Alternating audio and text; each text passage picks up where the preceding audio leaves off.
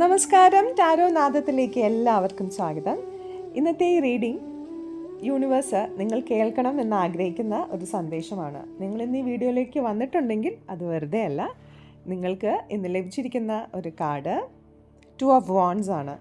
ഈ കാർഡ് പറയുന്നത് വളരെ ക്ലിയർ ആയിട്ടുള്ളൊരു സന്ദേശമാണ്. ഇനി ചെറിയ സ്വപ്നങ്ങളിൽ ഒതുങ്ങി ജീവിക്കേണ്ടവരല്ല നിങ്ങൾ. നിങ്ങളുടെ മുന്നിലിപ്പോൾ 2 വഴികളുണ്ടാവാം. ഒന്ന് നിങ്ങളുടെ കംഫർട്ട് സോൺ, നിങ്ങളുടെ സേഫ് സോൺ ആണ്. ഓക്കെ, നിങ്ങളെപ്പോഴും പോകുന്ന ഒരു വഴിയാണ്. പക്ഷേ രണ്ടാമത്തേത് അത് നിങ്ങളുടെ വളർച്ചയുടേതാണ്.